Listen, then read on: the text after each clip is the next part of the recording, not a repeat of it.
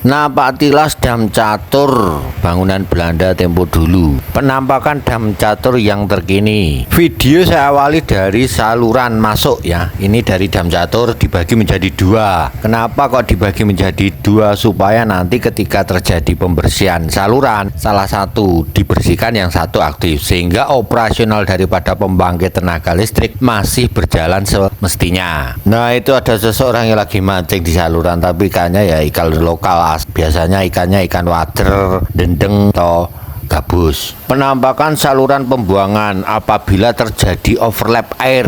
Nah, ini terjadi biasanya pada saat musim penghujan, karena pada saat musim penghujan itu sering terjadi banjir, sehingga debit air yang masuk ke dalam saluran itu besar daripada musim kemarau. Inilah view dam catur yang bikin saya itu kadang selalu kangen untuk bermain ke sini, mengingatkan masa kecil waktu tempo dulu. Sambil bernostalgia, dulu pernah berpikir waktu kecil, nah itu besok saya kalau mau besar itu mau jadi apa. Karena apa?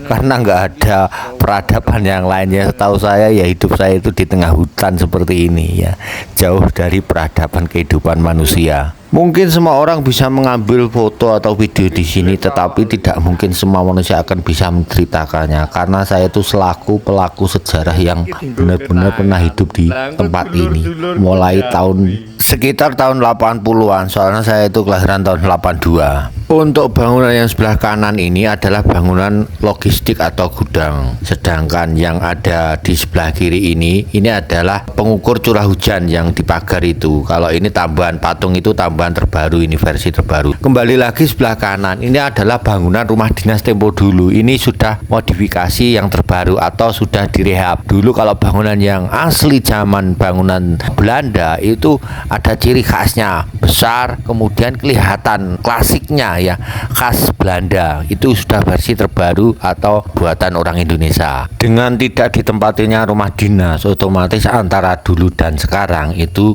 jauh berbeda untuk keramaiannya. Bayangkan jaga malam di sini sendirian, tidak ada temannya. Ya, temannya ya mungkin hantu sekitar kanan dan kiri. Kalau di zaman saya dulu itu ada dua tempat rumah tadi itu dipakai berkeluarga ya, sehingga suasananya masih ramai. Artinya saya dan satu keluarga. Disinilah waktu tempat saya kecil bermain, di sungai ini, di saluran ini, tempat untuk mencari ikan dan lain sebagainya. Jangan ditanyakan dulu seperti apa ya, kalau kita bicara sedih sebenarnya juga menyedihkan, tetapi bagaimana juga kita kan hidup bersama orang tua, sehingga mengikuti tugas orang tua yang diletakkan di sini.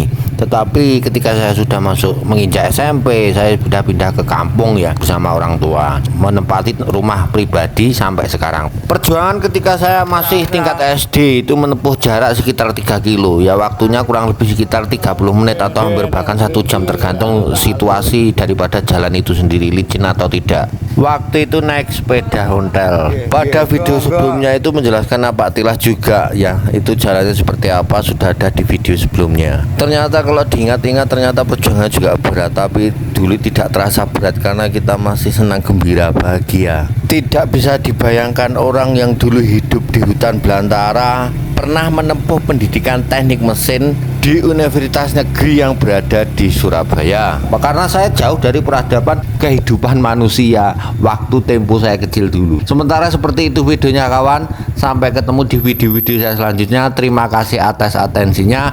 Mohon maaf apabila ada kata-kata yang tidak berkenan.